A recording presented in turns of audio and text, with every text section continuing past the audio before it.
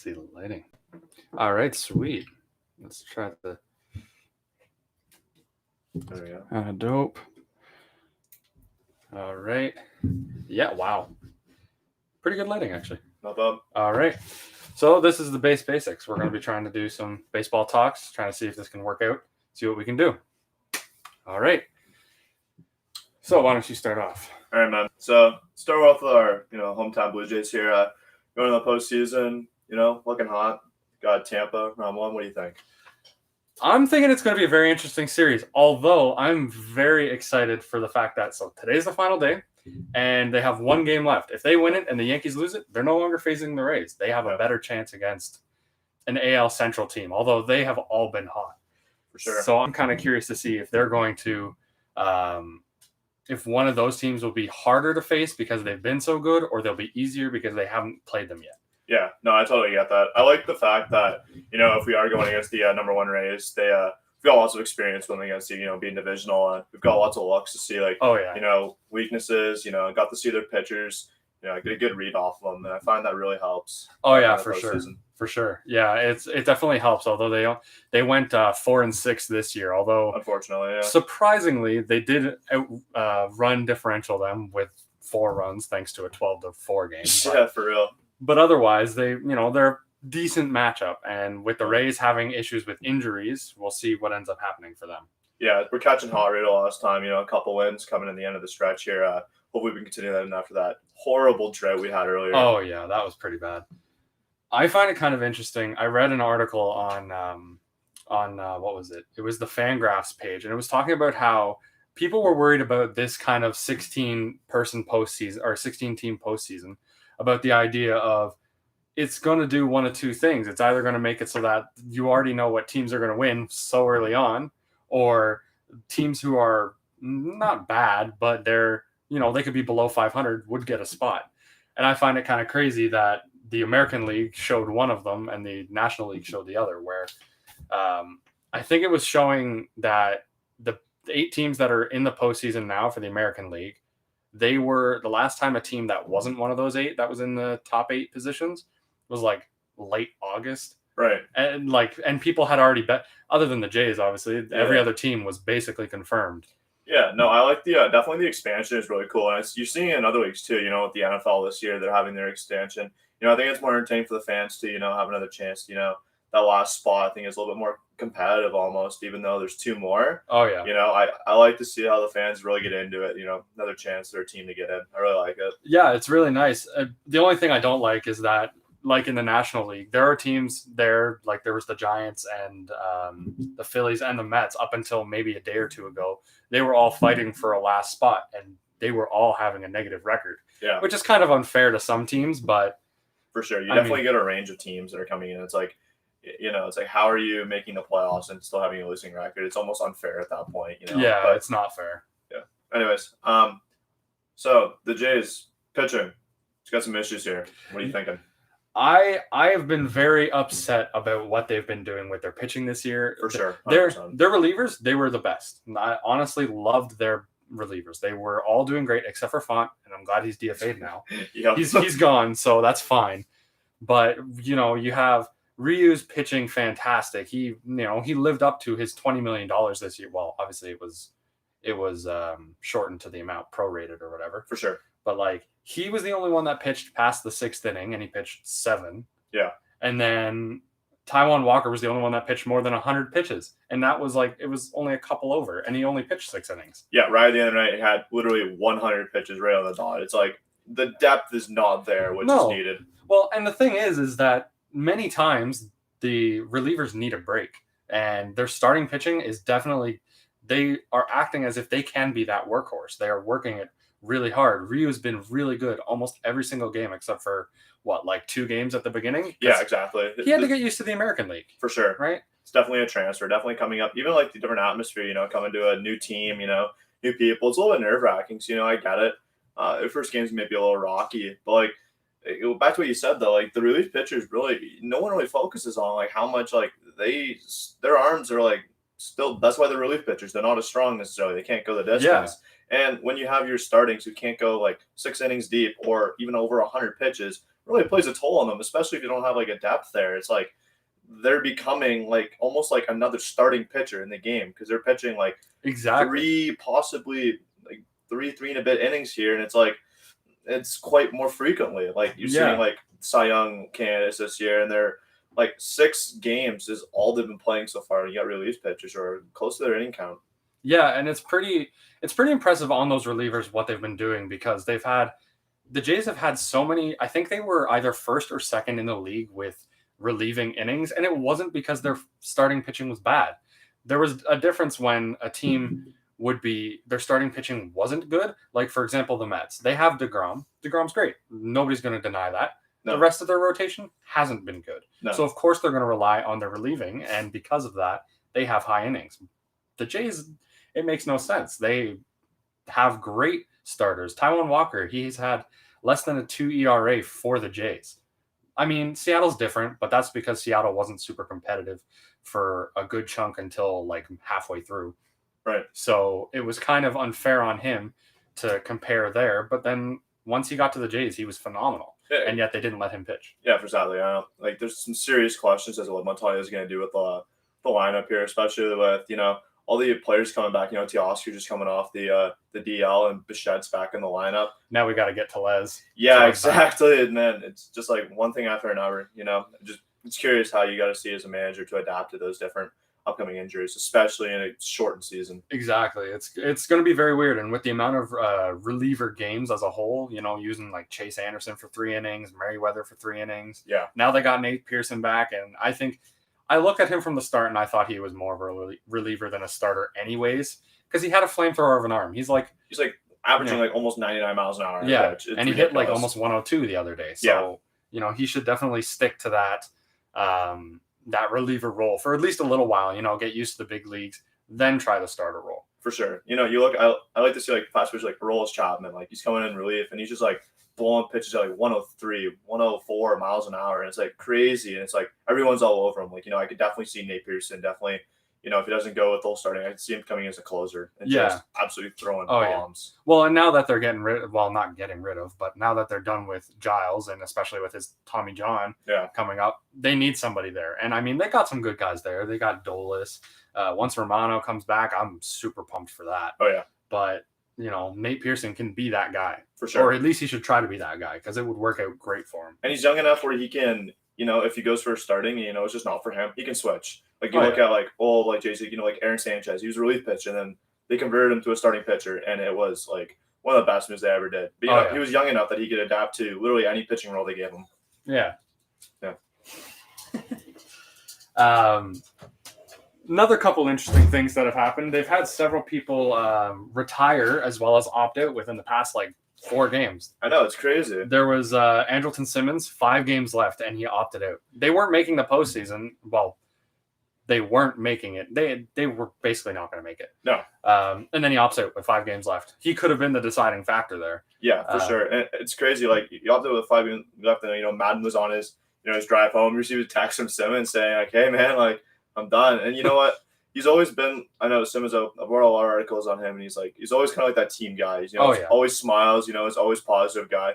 And it was COVID related, was what I read up on was leave of absence. There's a family tie or something. He's one of those family first kind of guys. You know what? Yeah, and you know what? I accept that. That's fine. Yeah. It sucks for the Angels because they were this close. Yeah. And finally, the world's seeing Mike Trout actually have more postseason to him. Yeah. But nope, not this year. No, not to mention Angels. He's coming to the end of their 7-year, $58 million deal. There's no way he'll be able to resign for long. They got Upton's contract. They got paid for Trout. They're saying about, working Pujols back in. Like, it's brutal, man. Pujols needs to retire in another year. Yeah, man. He needs to be done. He's a great, and nobody's going to deny that he's one of the best bat first players ever. Yeah. But he's done. The past 5 years he's been done. Yeah, exactly. And, you look at players of his size, like David Ortiz, Prince Fielder. It's like, you know what? They knew when it was time. Well, I would say David Ortiz was a little different because he was, I don't know, fair, yeah. he was 40 and he was ripping bombs left and right. Yeah, true. But I mean, if you're still doing that, then you got some life left in you. Oh, yeah. I'm actually looking forward for the postseason anyways. I'm looking forward to all these young stars that are coming. There's so many good guys that are just, I know, to prove themselves in the big stage. And I mean, okay, maybe it's not as big of a stage, but it's still a pretty big stage. I mean, Yeah, it's bigger, definitely bigger than what they've ever experienced before. I'm really looking forward to seeing Ronald Acuna, man. Oh yeah, he's going to be exciting. The Braves, their whole team this year, it's like, you know what? If they won the World Series, it wouldn't surprise me, especially if Acuna is on point and is actually playing to his full potential. He's crazy. Just that sheer power, his fielding ability. It's just like this guy could be one of the greats. Oh yeah, the guy I'm looking forward to is Tatis and Cronenworth on the Padres. Man, they are ridiculous. I actually had them that they were going to win it all for a good chunk of the season. Now the past couple of games, maybe not as much, but I have them winning it all. I had Tatis getting the MVP. I don't think so anymore, just because Freeman went on a tear. Yeah, he really did. He kind of carried the they had a ridiculous beginning of September. Like the first 10 days or so, it was just bonkers. Yeah. And then Cronenworth, I think he's going to win the Rookie of the Year. I think they even got the Manager of the Year, and Jace Tingler. He's been. I mean, look at the Padres last year and then this year. It's completely different. It's complete flip. It's a different team, and it worked perfectly. It's crazy. I think there's one name that you may not have a chance, like Juan Soto. I wish. I like the guy. I just don't think he's at the caliber he needs to be to definitely win any major awards upcoming. He just has extreme power. Yeah, he's very good with that, but I think he needs to be on a different team, maybe a different market, because I mean everybody loves his name, everybody knows him. Yeah, but he needs to be in a different market that's a little more profitable. I think he would fit good, and especially because the colors are the same on a Phillies team. I was gonna say Phillies. Well, him and Harper together, that'd be sick. They would be an incredible tandem, and then they have. Hopefully, if they re-sign Real Muto, I don't know. Right. I doubt they will, just because he'll have a really high price tag. You know what? But it's the MLB. Contract's ridiculous. If they want him enough, they'll sign him. Oh yeah, for sure. Yeah. And I mean, they seem like they're an up and coming team. I didn't expect them to get too far this year. A lot of people did. I think they're like a rebuilding team. They need another year or two. Yeah, for sure. One big name isn't going to flip your team around. With the signing of Bryce Harper in the Austin a few years ago. It's a big signing. You need someone to back it up. It's baseball. It's team effort. You need pitching. You need all the positions covered. I mean, he's a big chunk of it. Having him in your lineup is scary. It's very. You definitely need some backup players too. Yeah, and I mean, even this year, signing Wheeler, Gregorius, they have Real Muto, but that's still not enough. That's not enough. No. They need to just that little bit more. Oh, for sure. I want to talk about one player whose size is very odd to me for even playing is Kirk Alejandro. Yeah. I was talking to my girlfriend about it the other day, about how he's 5'8". How as a half fit player, how big would you think he was? And she was like 190 to 210. I would think that that's even acceptable, even for a little bit bigger for that height.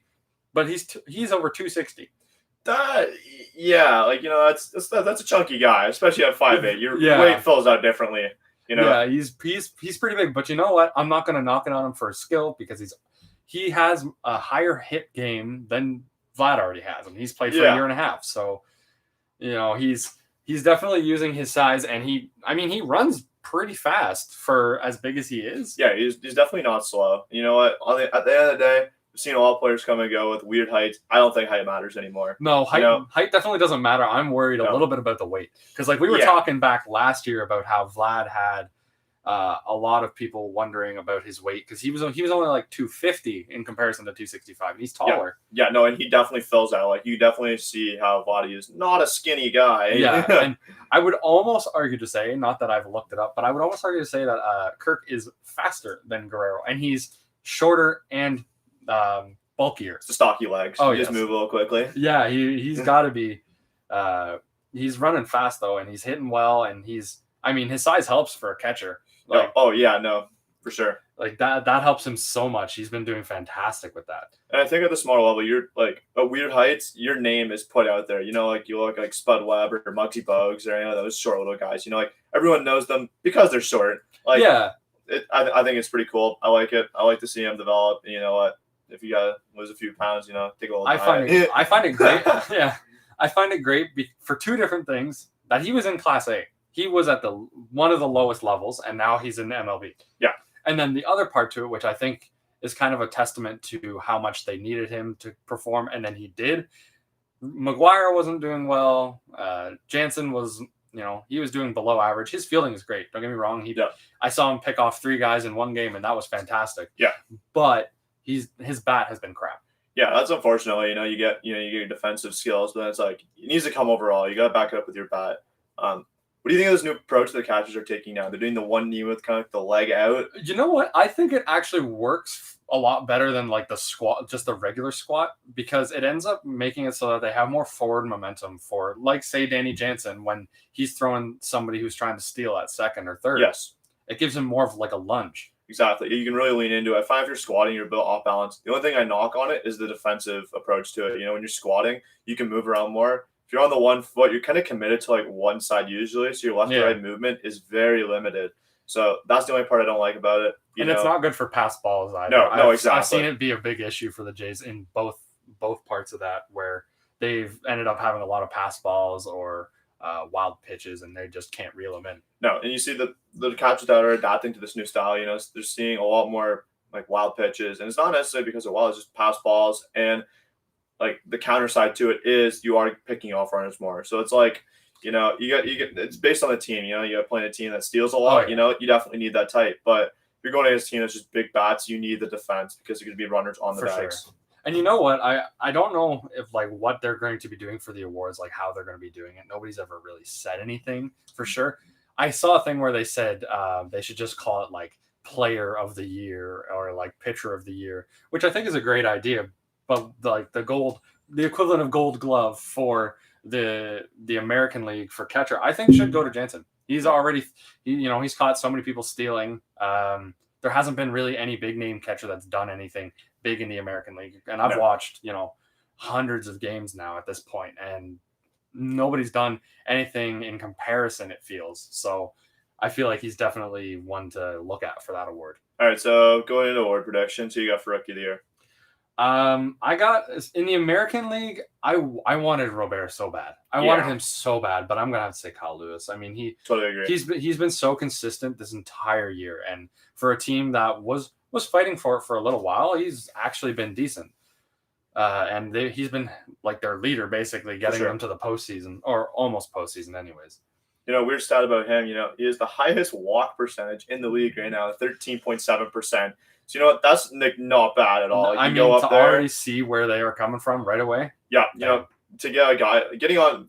The key to baseball is getting guys on bag. You don't have to necessarily hit the ball. You take one off the head or you get walked. Like you got to get on base. That's how you score runs. If you got this guy in your lineup, he's getting on. Like he's walking 13.7% of the time. Let alone his bat, which has been consistent this whole year. And his fielding's fantastic too. This guy is great. He can't not win Rookie of the Year. I don't see how anybody else wins. It's going to be wrong. It has to be wrong. Yeah, I don't know how the shortened season is really going to affect on that, but I think he's really taken advantage of it and shown really the whole league what he has to offer. Oh yeah, for sure. I'd say probably for the National League, I'm feeling that it's going to be Devin Williams. He's had a ridiculous relieving year, although I really want it to be Jake Cronenworth. Yeah, he was fantastic, but I think it's going to go to Williams because come on, when you have like a 0.39 ERA? Yeah, no. that can't be dismissed. He let one run this entire season, and it was back in, beginning of August or something. Yeah, exactly. When you get a clutch guy coming up, it's like, yeah, guaranteed no runs pretty much allowed here. And that tandem with him and Hader and oh gosh, what's that other guy? They have a tandem of 3 guys, and they're all the best. Yeah. Imagine just definitely a good core. And then the Brewers might not even make it in. Oh, you got to have the bats to put up the runs, even though you're putting at 0 on defense. Yeah. Well, with Yelich not doing very good this year, it's been very rough. We've seen a lot of the big stars this year not really been performing to really what they should be. It's been like a pitching. Oh yeah, definitely a pitching year. The couple of rookies been playing well. I was really disappointed at the beginning of the year with Vladdy. He had a really slow start. He started seeing the ball. He started doing him and Teoscar. They were doing some drills together, some breathing stuff. And you could see it. You'd go up, after every pitch, take a breather. And I found as soon as he started doing that, he started actually connecting on the ball. The only thing that I find really upsetting about Vlad, and it's actually gotten worse from this year since last year, was his launch angle is god awful. Last year it was less than 7. It was like 6.7 or something like that, and now it's even lower at like 4.5. You can't be hitting home runs no. He hit this laser that got out in like 3 seconds flat. It's fantastic. You can't do that every time. No, you definitely need getting elevation on the ball. You don't have to hit it that hard. It carries, especially if you're in a Buffalo. It's not like It's definitely not a pitcher's ballpark, but it's kind of neutral. But like, you got to get on the ball. It's got to carry. Oh yeah. Like, even if you don't get full connection on it, if it's up there, it's still going. Yeah, and he's just had such a rough time trying to. Don't get me wrong, he has good walk numbers, and he's not striking out a ridiculous amount of times. No, which is great, especially from a big guy who plays first base. Having any bit of an eye is fantastic. But another part of being a hit first baseman is hitting for power, and he hits it hard. He has like one of the best, exit velocities, one of the worst launch angles, so he's not going to get any out. He's a fast swing, that's for sure. And I think that really contributes to his power. And, he's got a lot of torque coming behind. Oh, yeah. And, just his launch angle is really holding him back, I think, from his true potential. Yeah, I wish there was like some guy he could learn from. Maybe a guy who has like the highest launch angle, and then they teach each other some tricks. Yeah, exactly. Because it's ruining him quite a bit. Yeah, I think he's really getting underperformed here. But, these are all things in the offseason. It was a shortened season, so, not many injuries to really hold him back. And I think that, this offseason you can really focus on that and you can come back truly probably an MVP candidate. Oh, yeah, for sure. Then we got back to the awards. I guess we'll go to Cy Young? Yu Darvish. No questions asked. I am on for the National League. Yeah. I don't know. My thing is, I really, really like how Bauer's been doing this year. Yep. I love to see DeGrom get the third in a row, but I don't think he fully deserved it, especially this past game that just happened. He let 2 home runs. Then the thing is, one game is screwing a pitcher now. Especially for the Cy Young, prestigious baseball pitching award. Oh yeah. You get one bad game in a shortened season. You look at Yu Darvish, he's played. He's 6-0. One loss on that, he's no longer in contention. One bad game. I think that's really keeping him is his strikeout rate, 25%. It's pretty crazy. It's crazy, but I think the thing that's crazier, because I think DeGrom and Bauer have higher strikeout percentages, is he has a great amount of control. His walk to strikeout rate is ridiculously better than theirs, and unless he somehow pitches today, which I don't think he is, I think he's probably pitching game 1 for the Cubs. Yeah, he had the best strikeout to walk rate. Right. And it wasn't even particularly close because, it was sort of. I think they were all within 4 walks, and Darvish is the only one without 100 strikeouts because Bauer has 100 on the dot. DeGrom got 104 because he pitched yesterday. I think Darvish has high 80s, low 90s, something like that. Yep. He needed one more game. Yeah, it's just shortened season. There's a lot of things. You can't get the full 162 game season. You can't see their true potential. No. And usually there's not this many pitchers in the running. You get an injury, one falls off. You get a bad stretch. There's a good this. There hasn't really been a chance for a pitcher to pull away. Yeah. Because pulling away now is still in contention with other players. Because it's everyone's got perfect records, really low ERAs. They're all around 1.6-ish. Yeah. So one bad game, you're done. Yeah, and I mean, Fried was a front runner for a long ass time until he got injured and then just fell off, right? Yeah. So it kind of sucked for him, but he was doing fantastic. Dinelson Lamet was decent as well, but I mean, it doesn't help him so much just because the other guys were just that little bit better. Yeah. But I'd say the American League's a lot more clear-cut than the National League. For sure. I mean, if anybody else were to win it other than Bieber, then something's wrong. Yep, I agree. He's on an incredibly winning team. He's the only one with 100 plus strikeouts, and I think he has 110 or something. Yeah, it's ridiculous. He's got plenty of starts. He's been playing super well. I haven't watched a game where he's ever struggled or really had there's so much confidence in his pitching. You can manager and just tell him all right, how do you want to pitch this guy? And he'll tell you what you want to do. And he's just that guy that's just going to go out, you'll just get your strikeouts, and you'll get the job done. Yeah, and that's kind of the upsetting thing that I'm seeing more as well as as we're going through the awards, is even saying what I said earlier, that the American League is so clear-cut for everything. You know who's getting the awards, you know who's winning and who's going to be the best and all that kind of stuff. But then the National League, it's like a toss-up. I know. You have no idea. What else do we have? We have, I guess, just the regular MVP. The American League, again, tough. The National League, I'm going to say Freeman. Yeah, I think Freeman's really shown he's coming off a couple not as peak performance seasons this year. I think he really stepped it up and really showed everyone where he's really coming from, and he's playing awesome. I'm really excited to see him. He's playing great, and I mean, he wasn't at the very beginning. He wasn't doing fantastic, but then he turned it around so quick. Yeah, and it's great to see that even it isn't as clear cut as the rest of the awards, but I would say that this one was kind of interesting just because there was him, Mookie Betts. I'm so glad that he transitioned so well. That was fantastic for me. Yeah, I was super happy about that. Yeah, that guy deserved to be paid. When he was in Boston, he was definitely carrying the franchise. Oh yeah. New scenery, being in LA, it's like there's a serious prestigious to hold up to, especially going to a team like the Dodgers. And it's funny to see now that one season removed, and you see how much Boston really needed him. And then they got rid of Martinez. Who do they have left there? Bogarts? Do they still have Bradley Jr.? Yeah, sure. Yeah, okay, I think sure. so. Okay, yeah. No, so really, Boston this year was such a disappointment. But you know they what? missed Mookie so much. Yeah, they had some guys there that were okay, though. I mean, Alex Verdugo did okay. He was in that trade with Mookie Betts, and he transitioned well just as good.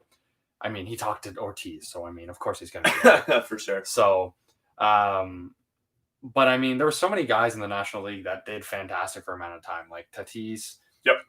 Even with the bat flip that everybody hated, I loved it. They should be doing that more for sure. I think that baseball, I think people are holding back. You see in other sports where celebrations are starting to be more allowed. I think the creativity in the NHL with their celebrations, the NFL being allowed to do stuff.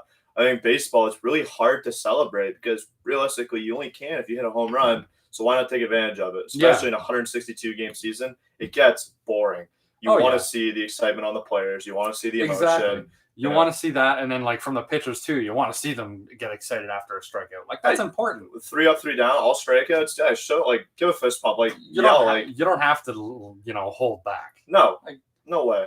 And it's so confusing because the players are like, "Oh, that's so bad," but fans want to see that. Exactly. That's why we're watching baseball, is to see that. We don't want to see these games that are say they lose 2-0, whatever. But if there's some excitement to it, that brings fans back. You're seeing a lot of ballparks, especially in Toronto this year. Well, not this year, obviously, with being in Buffalo, but you see Toronto recently, it's stadiums are not packed, not full. You go back to the 2015 season, I get it. They're really good. Everyone wanted to see them. Look at the emotion on the team with Donaldson, Bautista, especially. He was very, emotional when he was pitching. That Stroman, especially, he was emotional. Same with Aaron Sanchez. I like the way he pitched.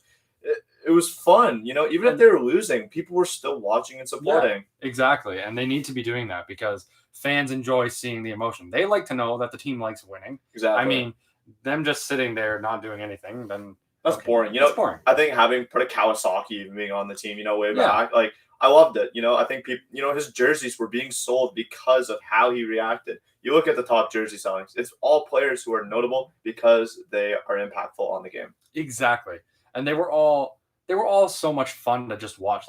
It doesn't matter if you're a winning team or not. If you're having fun with the game, go for it. Exactly. I loved watching the White Sox this year. They were so much fun to watch. Same with the Padres. They were incredibly fun to watch. For sure. Do you think I watched many games of, say, the Rangers? No. I didn't watch many games of the Rangers at all. They didn't have fun with it. They were the ones that were upset with his bat flip.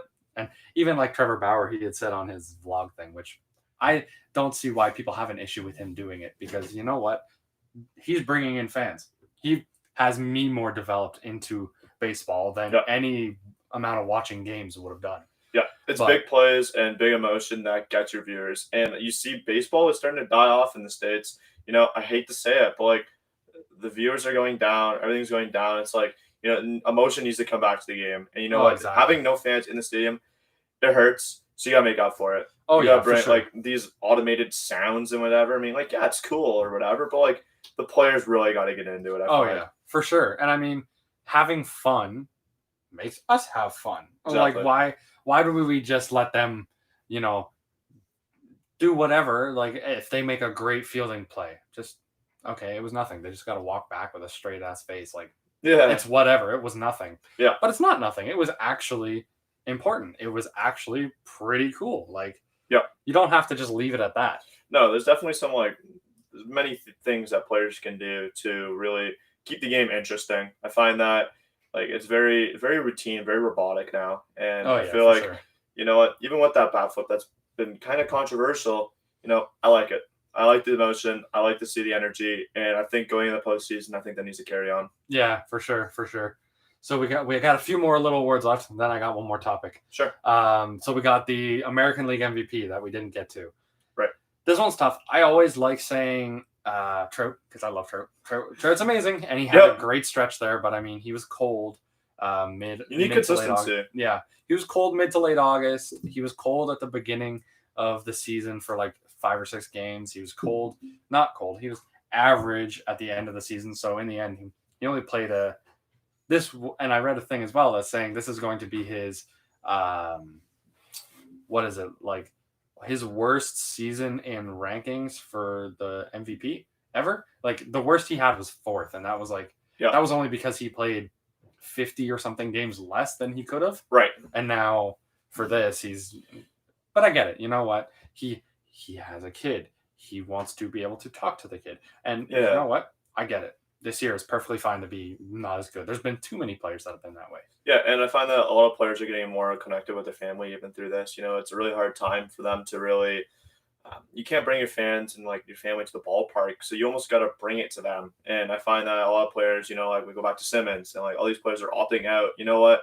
I get it. If you're gonna do it, this is the season to do it. Really connect. And a lot of these guys are young, like they're just starting their families. Yeah. Like I don't think players and fans know how hard it is for like the players on their wives, on their children. Exactly. It's like having like a military dad or whatever. Like when they're gone, like it's sad, especially growing up. Oh, you can see dad on TV, but it's like it's not the same. No way. And especially when you're going on these big road trips, like the season is really long, and then when the season's done, you got like spring training coming up. You got a little bit of time off in the winter, and you're back at it. I find that really like doing this season really connect with their family, especially all these players being young. It's a young family, young kids. You got to be there. This is the season to do it, and I like it for sure. Yeah. And even like people have retired because they care so much about like their family and their well-being. Like Hunter Pence retired a day or two ago. Alex Gordon retired like a week ago. Yeah, we've had so many players before the season, like Stephen Pierce. He retired. There were so many other players that have retired just this year. Not necessarily just because of COVID, but because I'm going to miss my family. I want to be with my family. I'd rather have a family that, I'm around for than make money or make a lot of money. They probably already still have enough money to live for life. So they're not couple seasons and honestly you're set. I get it. They're not sacrificing much. No, not at all. But I would probably say Bieber as well for the MVP. Yeah. He did so well.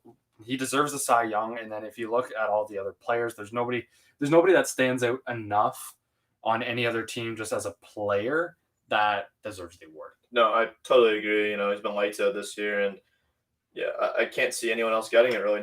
It's all about consistency. The MVP is consistently throughout the year who has been most valuable. It's not a stretch. It's not like a hint there. Yeah. It's like, if Trout played how he has been like the past few games, he'd definitely be up there. But like at the end of the day, it's consistency. Oh yeah, for sure. And it sucks for Bieber just a little bit, and this is probably what's going to stop Cleveland from getting as far into the postseason as fans. And I'd love to see him go further, but they're pitching like top pitchers. They got they got Zach Plesac, they had Clevenger, they got what's his name, Tristan McKenzie. They got a bunch of guys who were doing fantastic pitching, the best pitchers. One of the worst lineups. They can't bat. Don't get me wrong. I love Lindor. I love Jose Ramirez. They have a bunch of great players, but up until very recently, their bats were the equivalent of dead. Yeah, no, it was weird. It's like, because on paper, their team looked amazing. And coming into this season, being like a shortened season, like it was like, I could definitely see them doing well. And then it's like they're battling out near the Jays are for like one of the last spots in the wild card. It's like, how? You got to put runs on the board if you're playing lights out. Like, and they've lost, I think it's now 7 straight games they've lost. Yeah. And that was kind of how they were playing the entire year, where they could have been doing great. I actually originally, when I was first doing a bit of betting with a buddy of mine, talking about which teams we thought were going to win each division, I said they were going to win that division. They were going to, make the Twins tank or something like that. Yeah. Now they're vying for the last spot. Yeah, no. it's a little sad for them. Speaking of playoffs, though, what series are you looking forward to? I gotta say, I'm really excited for the Dodgers, and if the Giants make it in, Yes. that one's gonna be very exciting. I mean, the Dodgers are gonna steamroll them, and it's not even gonna be close. No.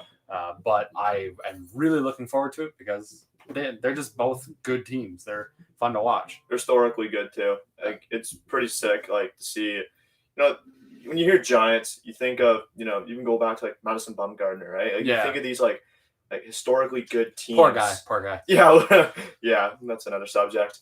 But like to see these caliber teams and these big names, it's like Dodgers and Giants. Like that's baseball. Like that, you gotta love it. You gotta see.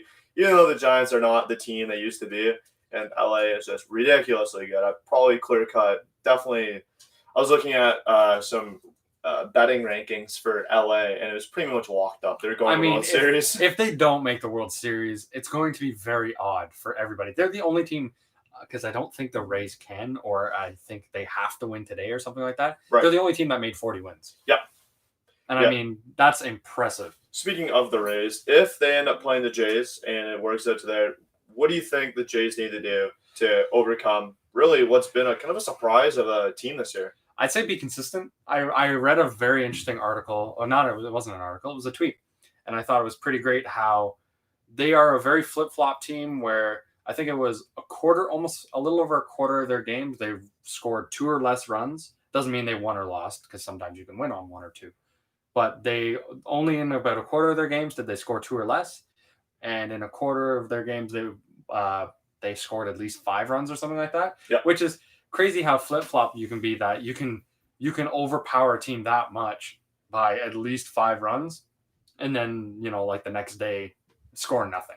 Well, you look at a few weekends ago when they played the Yankees and they let up, was it 38 runs or something within the 3 days? It was like an MLB record. I think it was even more than that. I think it was like 40 something. 40, yeah. It's like you do that, but then you come you have this horrendous losing streak, and then you come back and beat Baltimore the other day, like 12 to I think it was 5 or something like that, and then they won yesterday, and they put up I think 7 runs. It was 4-1, 4-1. Which is perfectly okay by me for the last game for the Yankees, which I don't know what they won by for Baltimore. It was a pretty easy win, I think, though. Yeah, but even especially in baseball, it's just being hot and being consistent. And I think that the Jays have one of those teams where it's like everyone can be good, so play good. It's just will we expect everybody to be good at once? Exactly. And everyone, will they be in sync? Will there be a key injury? Like you go through the lineup, you look at Biggio, you look at Hernandez, who's been lights out this year until his injury.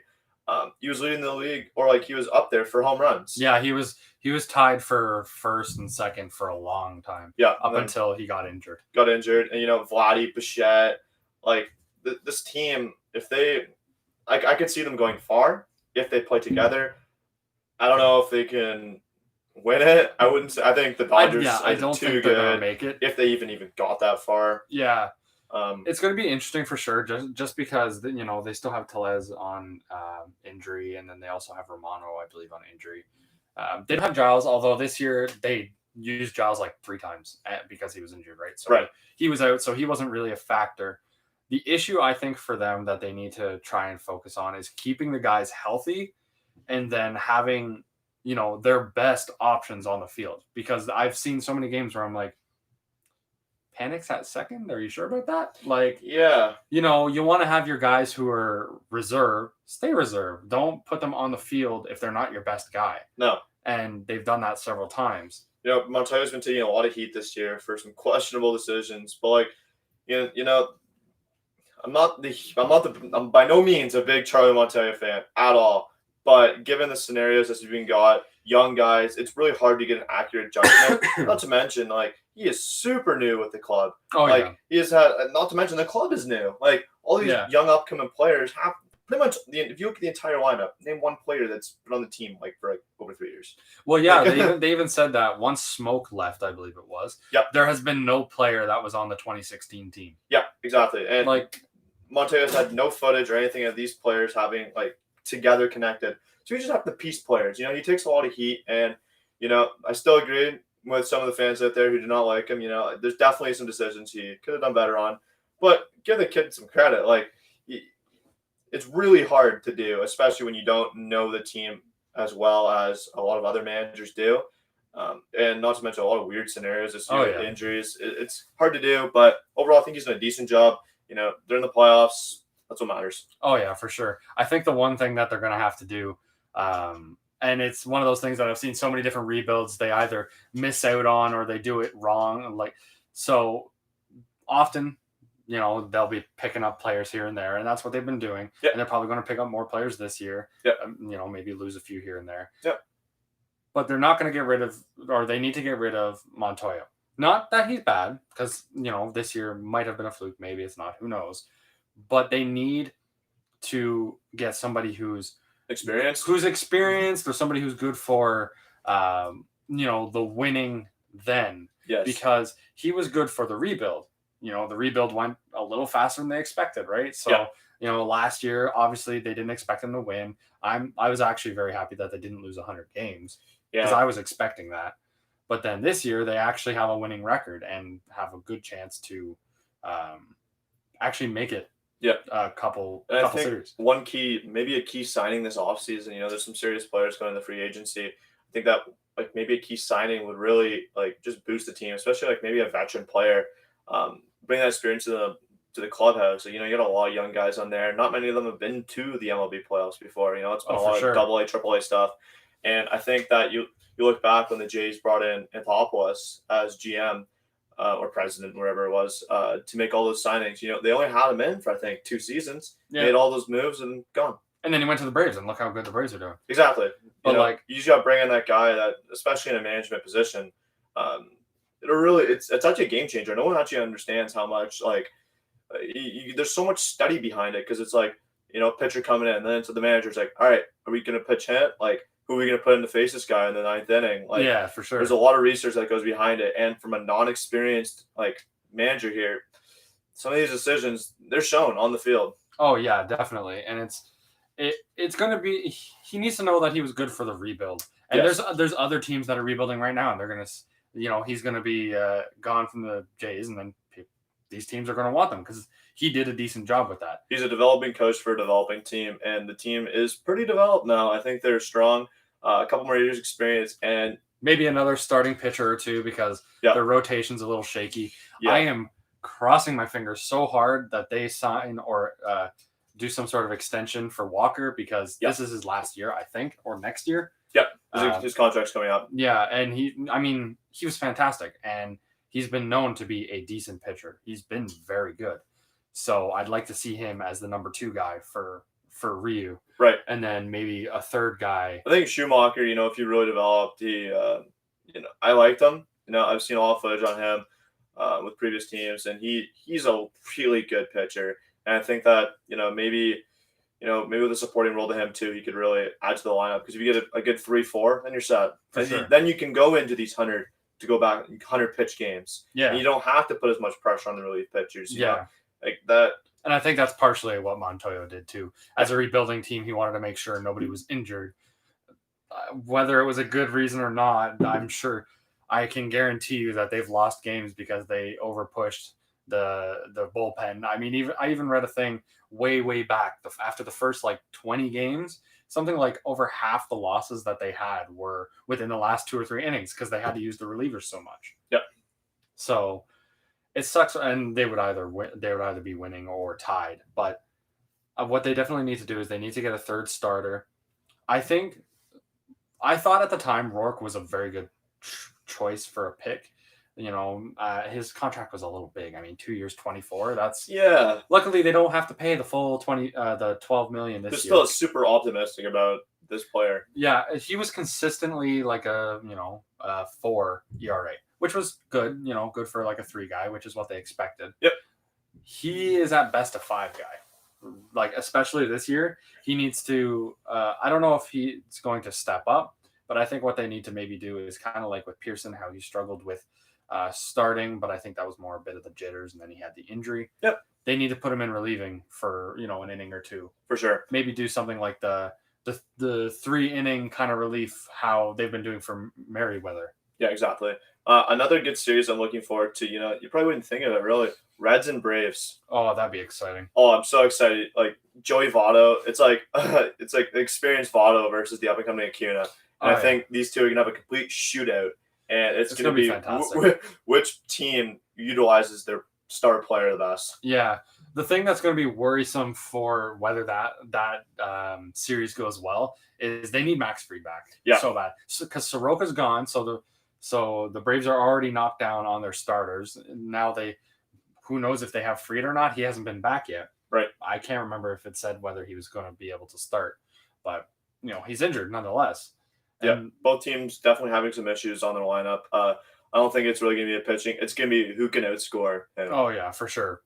And like the Reds have a couple good pitchers. I mean, they got Castillo, they got Gray, they got Bauer, but only one of them really, to me, Bauer, has been above average. The other two guys have been average. They have a good game and then they have a bad game kind of thing. Yep. No, it's definitely, I think it's going to be a shootout. It's going to be, all right, who's going to put up 8 runs a game? Who's going to put up, and just coming out of defense, minimizing the errors, having a solid infield, just making consistent plays. And I think that's the team that wins the series this year, is just consistency.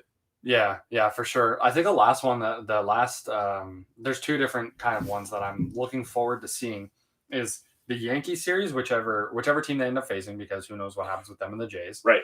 And then the Astros series. I'm not sure who they're facing. I can't. I think it's the Twins. No, the Athletics. They play the A's. Yeah. For two different reasons, because the Athletics are a fantastic team. They've been doing great this year. The Astros, they've been kind of tumbling along. Yeah. The only reason I think they're truly in is because they need a second team from that division. Yep. And they wouldn't be there otherwise. No, it's crazy to see the A's make such a bounce back year after a few struggling years in the past, and I really enjoyed seeing this team rebuild. Oh yeah, for sure. And I mean, now with Verlander out, their star guy is Greinke. And he's aging. Zach Greinke is still a solid pitcher, but like I said, aging definitely an issue. Especially with pitchers, like your arm goes. Unless you're R.A. Dickey throwing knuckleball until you're 43, your arm can't handle it. You're getting Tommy John every other year. It's like... Yeah, it's tough on him for sure. And I'm worried I'm not worried. I'm actually kind of excited because I think this is kind of what the Astros get, kind of in a way, because they kind of struggled. The first people were like, oh, they were probably going to be good. They were going to be like maybe the fourth best team because there was one team in each division that was better than them. Yep. And now we're looking at they're like between the 6th and 8th best team. Yeah, no, in the entire league. I think that they have the potential to be good. Altuve is lights out. He's an awesome player, but definitely a kind of a letdown season. Oh yeah, for sure. And then the Yankees for me is interesting because just with the same Yankees, yeah. The Cole situation is very interesting. That was a big contract, and now he's like what, average? Yeah, Garrett Cole, like he got paid. The guy, I think the Yankees, basically what we noted, I think a big trend for players is they get good, Yankees sign them, and then they go to die. pretty much. I definitely agree to that for the most part, and it makes me feel sad for all those players that go through that. Like Stanton was fantastic in Miami. He was a Miami guy, and you know what? He's been with the Yankees for 2 or 3 years now, and I'm still only ever going to see him in a Marlins jersey. Yep, no, I can't unsee him in a Marlins jersey. Same with even kind of Garrett Cole too. It's like it's weird seeing like all these players. Like you see a lot of like absolute like really good players, and they get paid. The Yankees will pay the contracts. Having the Dodgers is just where you go to die. Which is great though, because the Dodgers they have a lot of availability right now. Yeah, because they got a bunch of either young guys or they're on like long, small contracts. Exactly. So they like Bellinger is there till like 23. Bueller's there till like 23 or 24. They got Betts till like they got to pay for Betts. But, Betts is worth every penny they're paying for him, and more. They have so much salary cap now to work with. It's like for sure. You see a trend. It's like how can the Dodgers keep affording this? And it's like it's. But then you look at their books and you're like, they are fantastic with their money. Exactly. Like Kershaw's getting okay money, but it's not like ridiculous. Kershaw's getting okay money, but I mean Kershaw has struggled so much lately. That was last year. I think this year he was actually decent. I enjoyed his play, but he's not playing enough. No, he's definitely not playing enough. But I mean, he had an injury the other year, and I don't think he's recovered from it 100%. No. Like he had some like stellar seasons. Oh, for sure. But they have a great front office with the contracts that they have. Oh, I know. They did something right, and it's working for them. They're like 7-8 years in a row where they've won the division title. Yep. And some years you can say none of those teams were competitive, but like this year, Padres are right in it. I know. It's crazy. There's definitely California is definitely putting out, like, even up to Oakland. California is the state for baseball this year. Oh yeah, you got the Angels that they're the worst one there, and they're not bad. They're not bad. I mean, they'll have a negative record, but they got Trout. They got some great names on there. Yep, Upton. They didn't live up to what people thought they were going to do, but they did better than last year in my eyes. Yep. I mean, if they get rid of a couple aging contracts, then they have plenty of money to do stuff. But yeah, Pujols is definitely a hefty pay, definitely a hefty contract as well. Upton's just getting old. I find like when he's done. Exactly, his time came. I definitely think that they should get some young guns, really develop their minor league system. They got the money to do it, and honestly, I think they could be contending for one of the best teams in the league. Yeah, for sure. And then you got you got the Dodgers. They're the best LA team. Then you got the Padres, the next best one, and then the Oakland A's, the next best one. Like, they're all fantastic. Exactly. It's like usually when you get so many different cities playing in one state, it's like, all right, a couple of these teams gotta be garbage. They're all good, and I think that's scary. I think, for sure. I think Southwest USA is really going to be putting out some quality baseball teams. Oh yeah, for sure. And then I mean, you look at even New York's kind of doing okay too. You got the Yankees. They're in the postseason for sure. And that's with DeGrom. Like they did okay this year. They need something different with their lineup. Yep. Their lineup has some issues, but they just have no pass to support their pitching. Yeah, and then I mean, the Jays are technically a New York team this year. Being a Buffalo, yeah. So, I mean, and they did fantastic. They way outperformed their. I think it was before the season started. They were only projected to win 27 games or 28, and they've already won 31, and they have a game left. Yeah, that, and I think beginning of the year they were like projected to make the playoffs was like 6% or something. Yeah, it was pretty sad. It was really small, but it went an excellent year. It went up. They were above 500 with the expanded playoffs. They did for what they were given. I think they played really well. Oh yeah, way better than I think anyone expected them to do, and they're one of those exciting teams. Like I'm a Jays fan, and of course I'm obviously going to have some bias, but I think the three teams that genuinely were the funnest to watch were the Padres were easily number one. Yep. No doubt. And then it's between the White Sox and the Jays. I was going to say White Sox for sure. Like, those three teams were so much fun to watch. There were some boring teams, don't get me wrong. The Rockies weren't super fun to watch this year. Nope. Diamondbacks, after about 10, 15 games, weren't fun to watch anymore. Stuff like that. And Phillies weren't super fun either. No. But there were so many other teams that were fantastic. Yeah. And then those three were, I think, especially because they're so young, they had just a fun time with it. Yeah, I really enjoyed watching the Dodgers this year for sure. I think that they really capitalized on all the opportunities they're given, and that's why they're where they are. And probably in the NL, the Dodgers, I'm no bandwagon by any means, but I've loved the Dodgers for such a long time. There's so much history. I love the Dodgers, and I love the Cardinals. The Cardinals, they had some COVID issues this year. Yeah, which was really strange. It's going to suck for them because they're only going to play 58 games unless it really means it enough that they need to play those last. I think they're in the 5th seed in the NL. Yeah, something like that. Yeah, so I mean, at the end of the day, even if they went up one, they'd still play the same team anyways, being in 4th. So it's just going to flip flop. If anything, it went in their favor that they didn't fall 6th. Maybe it was a couple extra games they lost. Yeah. Well, they have to play the Brewers now, and the Brewers they're like fighting for the 7th or 8th seed. Right. And they're the kind of difference maker that if the Cardinals lose this game, then they might drop down to the 7th or 8th. It's crazy how this last game is so important for so many teams. It is. But then for some teams, it means nothing. No. You got Baltimore. This game doesn't mean anything for them. No. For the Jays, it kind of does, but not really. They're in the postseason. They don't really care. No, I think everyone being huge Toronto fans here, I think everyone's just happy we made it. Yeah, for sure. And then you got Kansas City. They've been out for ages. The Pirates. I'm laughing at them because I made a bet.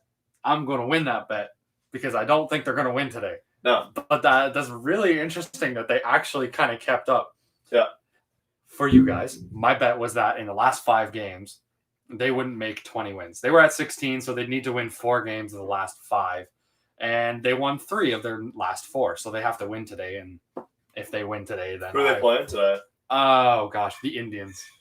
Well, I think your bet's pretty secure. Well, they lost. The Indians lost, I think, both games they've played so far in this series. So let's hope that they win this. The Indians are going to want to win this game, though. Oh, you want to always go on a win coming into the postseason. Oh yeah, for sure. And I mean, But the Pirates being absolute garbage, I don't think this last game really means too much for them. No, it's more of a monumental win to get the 20. But yeah, it would be so crazy to think that out of all the teams, they were the only team that didn't make 20. The next closest was the Rangers, and they have, I think, exactly 20. Yeah. Or 21, I can't remember. Yeah, I think they're right on. Yeah, and I mean, every other team has like 22 or 24 at least. Like, even Boston has 24. Like, yeah. But it's, all these different teams, some teams have been wiped out right away. And they weren't, and you could tell that they weren't really totally into it because they started off bad and they weren't really fun to watch from the get-go. Like, you got Boston, you got the Royals, the Giants were okay to watch. They had some moments. I mean, Yastrzemski was good to watch, but he's injured now, so that's not good. Yeah. I guess San Fran is the only California team this year that's not really performed to. And I completely forgot about them. That's kind of bad. Yeah. Well, they're way up north. Yeah. Then against the Dodgers, though, it's going to be interesting. I think they're just going to get blown out. Won't even be close. Yeah. I had originally predicted that they were going to be the worst of the California teams, which is true. Well, not really. The Angels ended up not even making the postseason, but I did predict them to be not even that great. Yeah. But they had a couple good guys, so Donovan Solano, they got Yastrzemski, they definitely have some key players that looking forward. Like I said, a lot of these teams, they just need a couple big signings, and it's just bringing in that one guy that changed the whole atmosphere in the clubhouse. For sure. Baseball's such an atmospherical game that it's all emotion. That's why, to go back, that's why I love the emotion with the bat flips. I love the celebrations. It's such an emotional game because it's such a, not to be whatever, it's kind of a boring game at the end of the day. But it's boring as in a sense it's slow. Okay, boring's the wrong word. It's a slow game. And if you can speed it up and if you are controlling the tone of the game, gets in your opponent's hand, brings them down, and brings you up. That's how you win those close 5-4, 6-4 ball games. And you know what? I don't even think it matters about length. The commissioner has been Rob. He's been caring so much about the length of games. Like, they're getting too long. It's 3.5 hours. Nobody really cares about the length. It's just make the game fun during that length. Yeah. I'll watch a 4-hour game if it's like, people are having bat flips. They're just having a good old time. Yeah, that's what we're paying for. We're watching baseball because we love baseball. And if I get to watch a 4-hour game, that's awesome if it's entertaining. Yeah, if it's a boring game where, the pitcher takes like 40 seconds to pitch. Yeah, he's maxing out his time on the mound. Yeah, it's just, that's not fun to watch. No. They need it. They don't need to worry about having it slow or fast. It doesn't really matter. So long as they have whatever is happening during that time entertaining. Right. Because look at what was it? Shoot. Mark Burley, for example, he pitched several games that were 2 hours long. Yeah. Those games, some of them were great, some of them were boring. You can't have short games and then be fun or boring. It's how they play them. Exactly. And I think that another guy I liked, Stroman, when he was pitching, he was so entertaining because he was full of emotion. Didn't matter who he was playing. If you saw Stroman was on the lineup on the card, you wanted to watch. I think the viewing was significantly higher, whereas you're going in players, Ryu, he's definitely the number one face. He's so kind of plain, I guess. He's very he doesn't throw heat. He's not very celebratory. His slider, though, is flipping ridiculous. He has some serious control. That's what I'm saying. He's a control pitcher. He's not going to blow one right by you at 102 miles an hour. He'll throw in at 82, and you'll look like an idiot. You'll swing right at your shoes. For sure. Yeah, he's fantastic for that. Yeah. And you know what? That's all that matters is that people enjoy what they see. It doesn't matter if it's, people are throwing 105. Nobody cares if that happens. Nobody cares if, somebody just make routine plays. No, routine plays, they're routine. No one wants to watch routine. You want to watch the oddball stuff. Oh, yeah. Even the errors and stuff. That's crazy. Earlier this season, the Jays, it was a close game. I forget who they played, but it was a routine ground ball a second. but he just overthrew first base. It was crazy. Like I was like out of my seat. Like I was like Yeah. so into it. Like it like brings you right out. It's like Exactly. oddball stuff. They need to be doing risky stuff, risky things. Like, stolen bases need to start coming back. That's exciting. Yes. Less pickoffs. That's not interesting at all. That slows the game down and it makes it boring. Yeah. Stuff like that. And then, doing weird stuff, like try the hidden ball trick. I don't care. Like just throw something weird in there. Yeah, and I mean it doesn't matter if what they hit, make it so that there's less strikeouts. Like it doesn't matter how if it's a bunch of ground outs, if it's a bunch of flyouts, that's fine, whatever. But strikeouts are so boring. Yeah, strikeouts are yes and no. I find strikeouts are entertaining if it's a huge quantity of them. You see a pitcher go and say he throws like 12, 13 strikeouts. If he's going on a rip there. That's cool. But like you see a pitcher going out like 8 strikeouts. Yeah, that's all right. It's a game, whatever. No one will remember. Yeah. But if you like, that's why I like Ryu pitching. He forces you to ground out. He's not gonna pitch 10 strikeouts a game. No, he'll throw 6 or 7. But the amount of ground outs he forces, it's entertaining because it's like there's always the element of even as a Jays fan, it's like. There's an element. Is he going to make the play? Yeah. What's going to happen? Exactly. And that's the fun part of it is that, seeing all the guys actually do something means something. Yeah. Make it a team effort. You can put all your money into pitching, just having the same pitching, but like no one wants to watch that. People want to watch the team win, not just individual players. Yeah, exactly. I think we'll cut it off at that. I mean, we've been doing it for about an hour, and that was our first episode. Yeah. Take it easy. Yeah. Sweet. Easy.